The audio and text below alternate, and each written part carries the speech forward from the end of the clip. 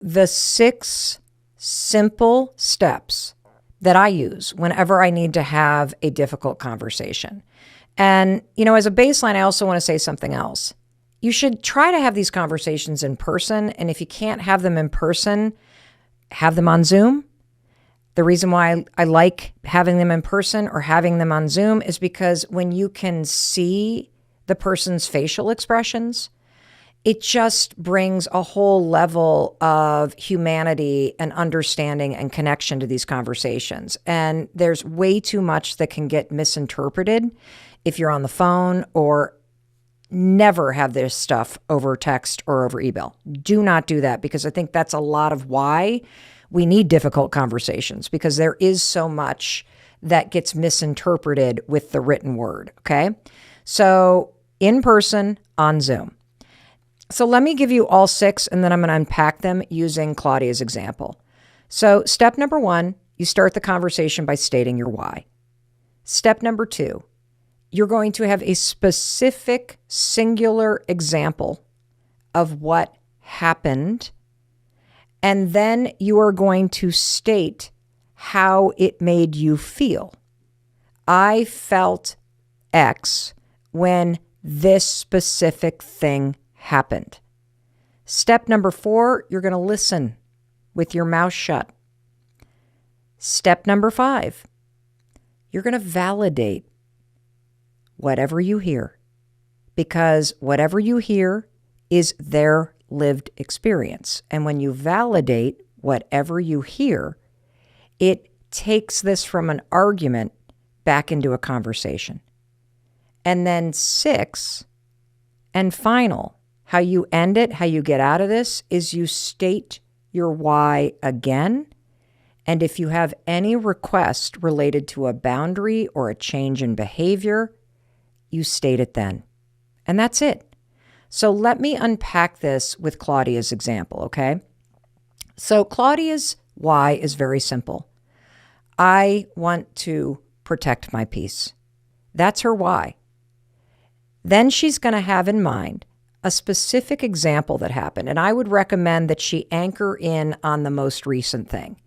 And based on what she said, the most recent thing is that this friend got really upset with Claudia because Claudia did not return a phone call in the amount of time that this friend expected Claudia to return the phone call.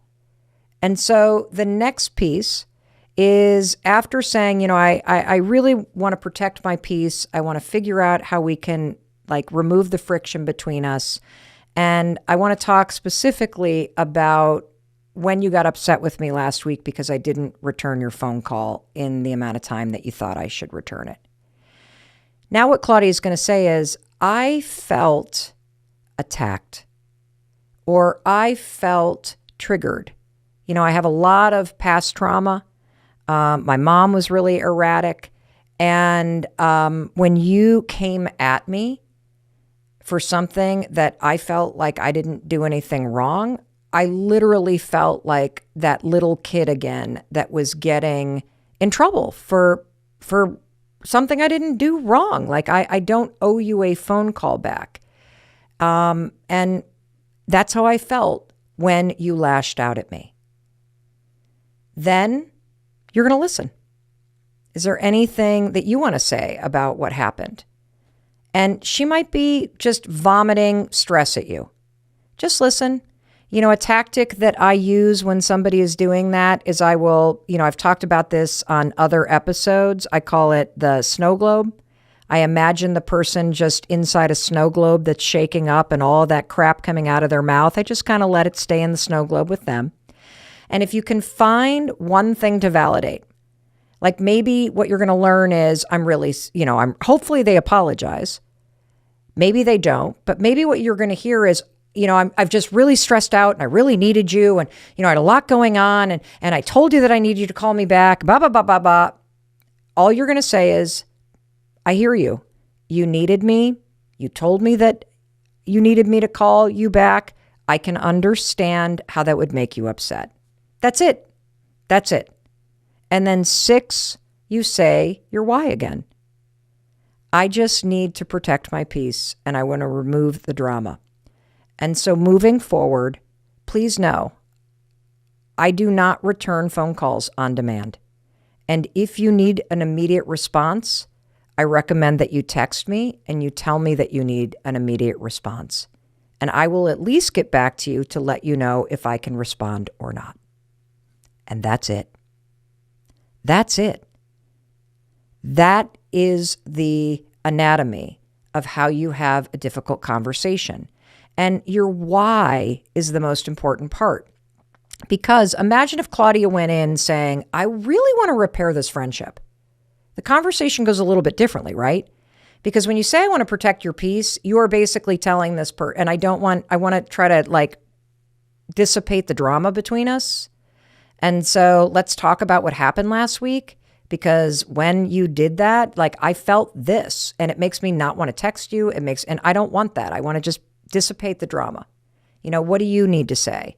And I'll listen, validate. But imagine if Claudia went in and said, I really want to repair this friendship. That has a very different tone to it, right? Your why is everything, which is why you got to know it going in. And it's why the specific example matters too. All right, now you have very specific takeaways already in this episode for having a difficult conversation. When we come back, you're going to meet a woman who is having a lot of problems with her husband's ex. And she wants to know, should I even have a conversation with this person? Is this going to be a waste of time, or do I need a strategy, Mel? We're going to tackle that when we come back. Welcome back. I'm Mel Robbins, and today you and I are tackling difficult conversations. How to have them, when to have them, why you need to have them. And up next, you're about to hear from Erica. She wrote in because her husband's ex-girlfriend is making her very present in their relationship, and Erica has had enough. Listen. Hello, Mel. It is Erica. My husband has an ex-girlfriend with 2 young daughters. They have been separated for more than 12 years, but she's very controlling. Thank God we live in a different state, miles and miles away from her. Every time we go visit his daughters and my husband's family, she wants to be present in every single activity. I always try to be my best to tolerate her, but her pettiness is ridiculous. What can I do, or how I can make this situation better for myself? Thank you. Erica, I love your question, and I love you for writing in with this, and thank you. And look, first of all, this woman's beef is with your husband and with life in general. It's not with you, and you can't fix that. And so number one, I want you to be honest with yourself. Are you upset because of her, or are you upset because your husband will not deal with this head on? Maybe you're not the one who needs to have the conversation. Maybe your husband needs to have the difficult conversation and needs to start setting boundaries. And the bottom line is that if she's upset with your husband, or upset with the separation, or upset with life in general, you can't fix that. You just can't. And so I personally feel like what's going to benefit you the most is a strategy. I'll talk about the conversation in a minute that you could have, but first I want to talk about the strategy. So there are basically only 2 different things that you can do. You ready? You got to rise above this. You said I'm trying to, Mel, but there's something about this that is hooking you. And I personally think it's not the ex-girlfriend. I think it's your husband and how he's dealing with this and how he's letting the bullshit slide. But that's just my assumption. I could be wrong. But for you, rising above it means not letting the ex get her hooks in you. And there's a great strategy that Dr. Ramani, who is the world's leading expert on narcissism, she's been on the podcast twice, and she calls this strategy gray rocking, which basically means whenever you are around the ex, be like a gray rock. You're so boring. You don't even notice. You're not triggered by anything. You keep your answers short. You're not that interested in this woman's life. You're not trying to be her friend. You just let her pettiness be like water dripping off a gray rock. And when you're a gray rock, you're also not her target. So imagine a gray rock every time you're about to see the ex. A second way that you can rise above this is look at the ex as a kid. Like every time you see your husband's ex, I want you to see a 7-year-old girl having a ridiculous tantrum. That's what her pettiness is. She's trying to get your attention, just like a 7-year-old would try to get your attention. I want you to put in your mind a little 7-year-old version of your husband's ex, put her in a ridiculous little dress-up dress, then stick her inside that snow globe, and every time she does something petty or something annoying or something ridiculous, you're just going to imagine that 7-year-old version of her in a ridiculous little party dress throwing a tantrum because she's not the center of attention and she does and she gets petty because then everybody gets It's her only way to get power, right? That's her way to get power. She just loves it when she irritates you. Why? Because now she's the center of attention. But you're not going to buy into that anymore, are you?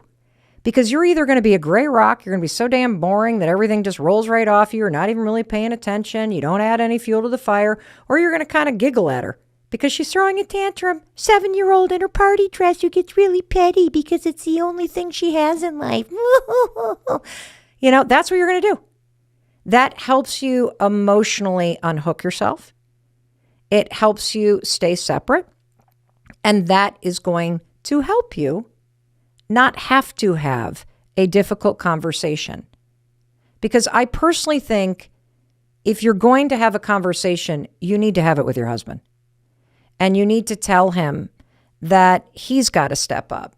Because every time he doesn't and she acts petty, it makes you feel a certain way. And that it makes you feel like you don't respect him or whatever it may be. It's just frustrating to you. The other way that you could step into this, if you think about your why, and maybe your why, if you're going to have this conversation with your husband, is you can't stand watching her walk all over him. Or maybe your why is something more powerful. And here's the more powerful why.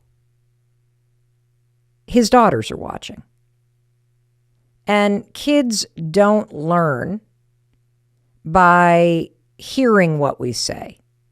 Kids learn by watching what we do.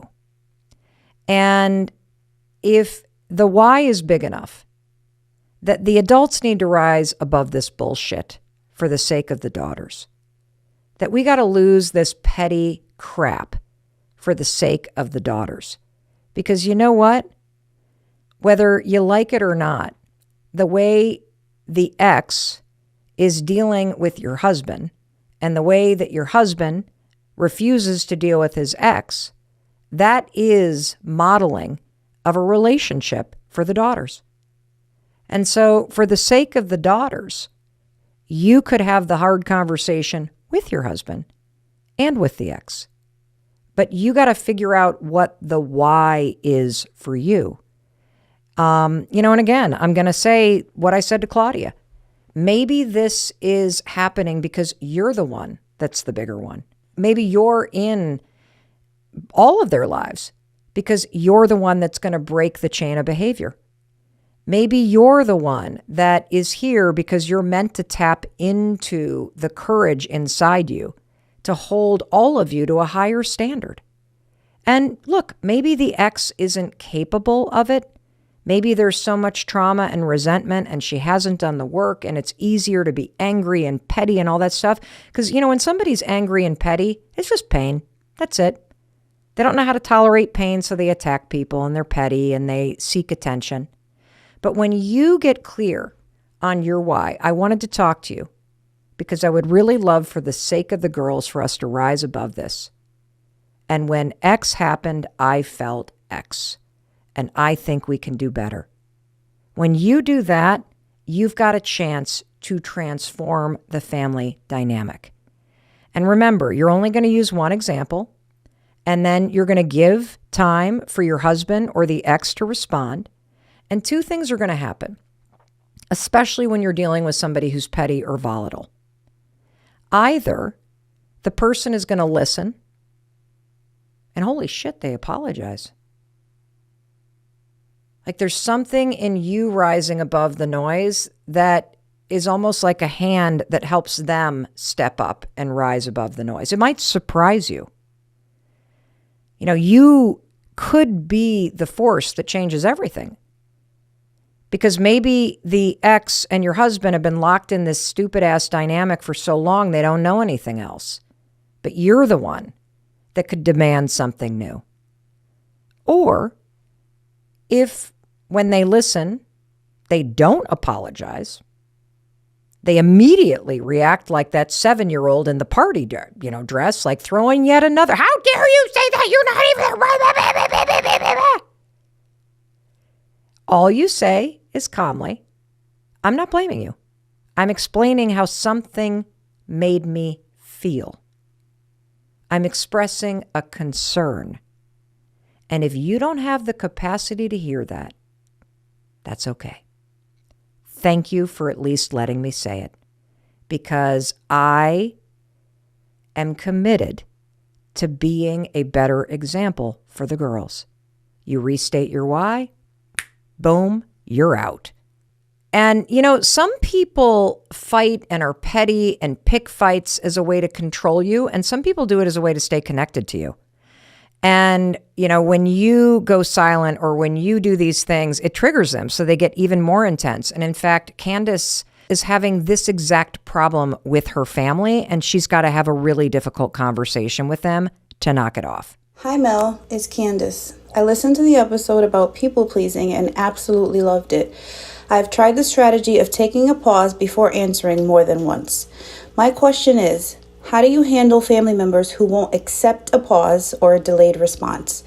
What happens when instead of allowing you a pause, the person gets combative or aggressive? How do you stop the guilt from forcing you to answer? Candace, thank you for this question. One thing you might want to do, Candace, is also go and listen to the episode we did about attachment styles, because you might be dealing with somebody who has an anxious attachment style. And we had an incredibly amazing expert and doctor on that episode. She teaches about attachment styles, and that framework might help you and said family member. So that's the first thing that comes to mind. The second thing that comes to mind is I want to make sure that when you say the person gets aggressive, that they're not crossing over into abusive.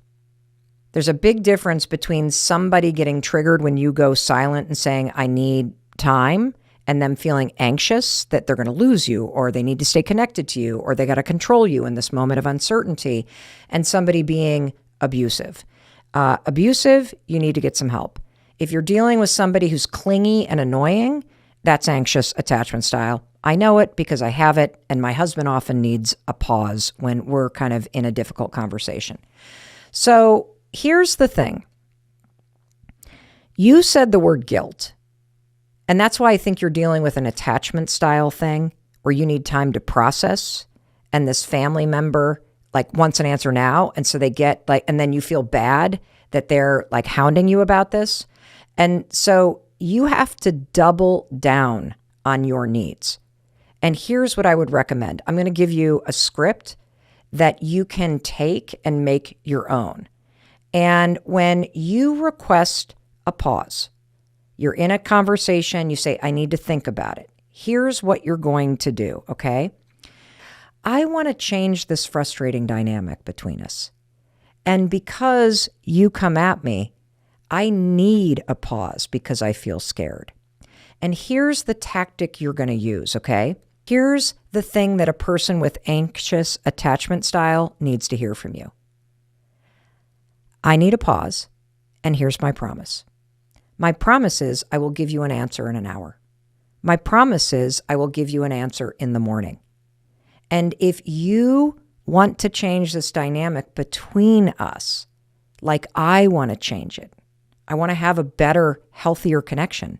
I don't want to fight like this. I want to be able to have these conversations. I need you to not act like that. I need you to not use that tone of voice. I need you to respect and trust me. when I say I need a pause, because I'm just going to continue to take a pause. And I am going to tell you how much time I need in order to give you an answer. And what I'm doing is I am helping you use a bridge. So like when you're dropping a little kid off at daycare, what all the experts say that you should do if a kid has separation anxiety is you should say, you're going to have a great day and I'll see you at 5:00. You're now creating a bridge to when you're coming back. And so if you're dealing with somebody that gets intense or pushy or uses a terrible tone of voice or guilts you to make up your mind, pressures you, you need to create a bridge. I need a pause. I need to take a moment and collect myself. I'll be back in an hour to talk about this. I will let you know in the morning. Because now you have let this person know that you are coming back. And so if this is a trigger for them, you are also helping to repair this idea that people that care about you come back. But they got to hold up their end of the bargain. They got to realize that their tone of voice, the way they're behaving in this conversation, is not acceptable. And that's why you need the pause. And the thing that I want you to understand is you've probably been locked in this dynamic for a while.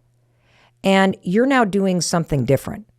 So you probably have been locked in a dynamic where they want an answer, you don't have an answer, they start to raise their voice, you then blah, blah, blah, an answer. This was me and my husband. Because I grew up with a parent that erupted when they got frustrated. And so I erupt when I got frustrated. I'm working on it, but my husband then shuts down. And the second that you shift the dynamic, people tend to get more emotionally triggered. And so when you say, look, this is exactly why I'm doing this, because I don't want you yelling at me anymore. And I need time to think, and you need time to calm down. And so I promise you, we will talk about this in the morning. And I love you for respecting the fact that you need time to calm down and I need time to think. And we will resolve this when we're both a little more clear-headed. That's it. You can do this.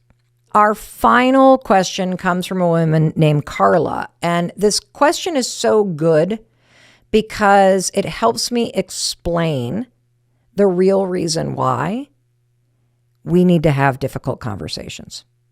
Hi, Mel. It's Carla. Can you give me advice on how to approach your partner, friends, family members who have trauma, insecurities, or mental health issues without trying to change them or fix them?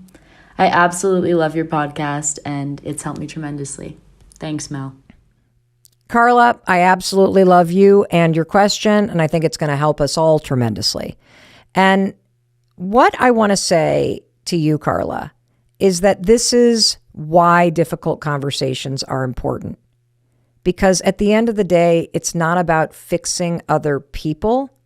It's about improving dynamics between people that leave you feeling disempowered, worried, or afraid. That's what it's about. It's really not about the other person. So whether you're having a conversation with a friend that goes off the rails at you because you don't call them back, or you're having a conversation with your boss because you're upset about something, it's not really about the friend. It's not really about the boss or getting more money. It's about you accessing your own self-expression. It's about you finding the courage to make requests so that you feel supported, respected, and empowered.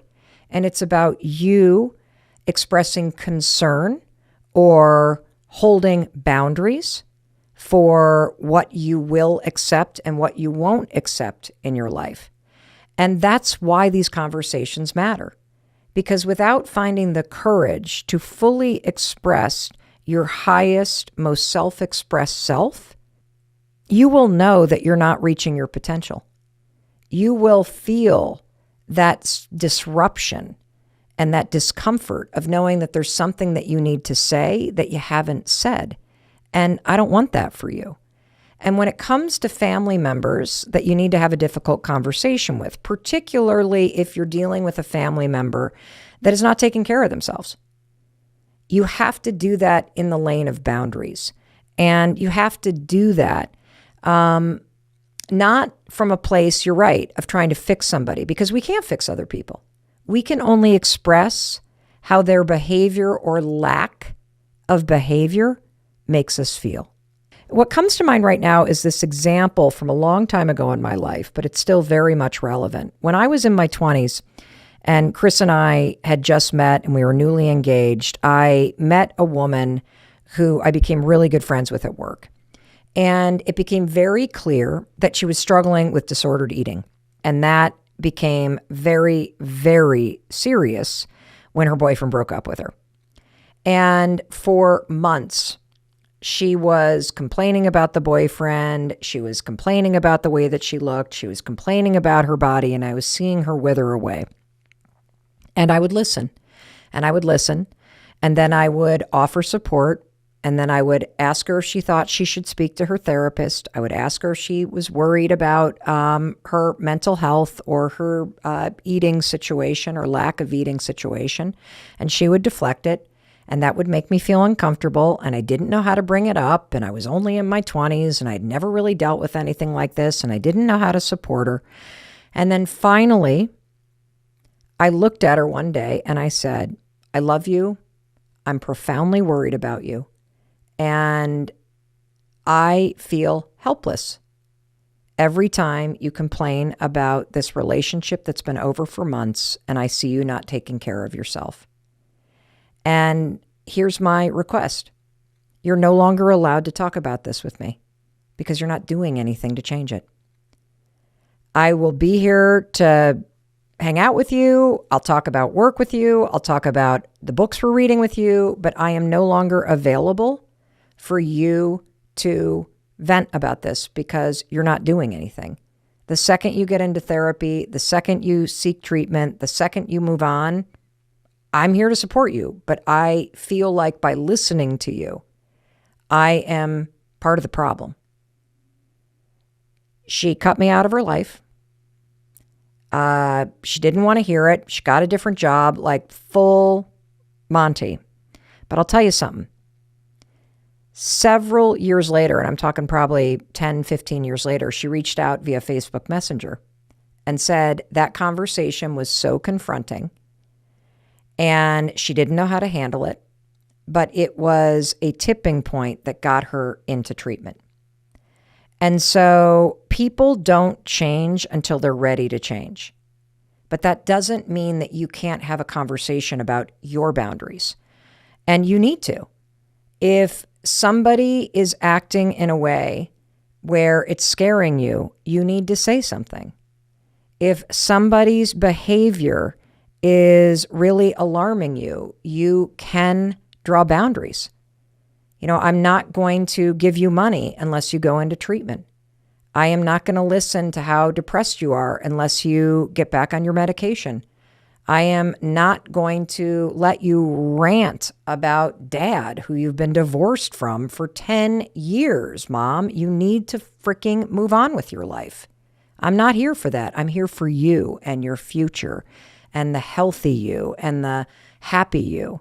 You can be a stand for that without trying to fix someone. And oftentimes, all of us dancing around on eggshells is keeping somebody in that place.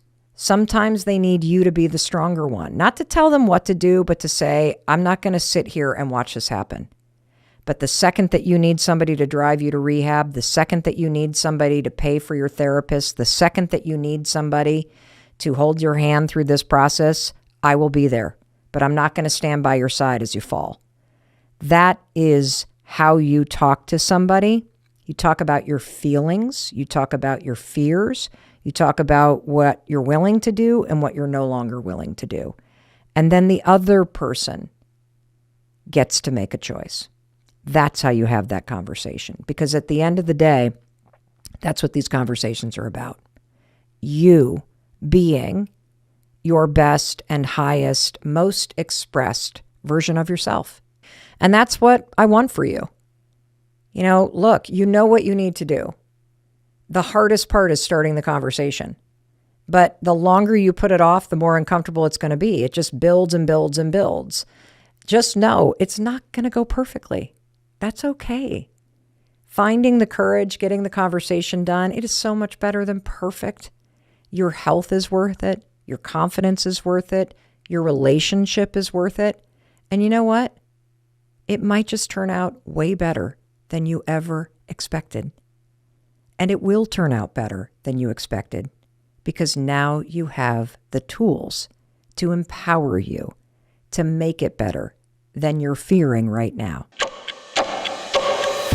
We need to have a really difficult conversation.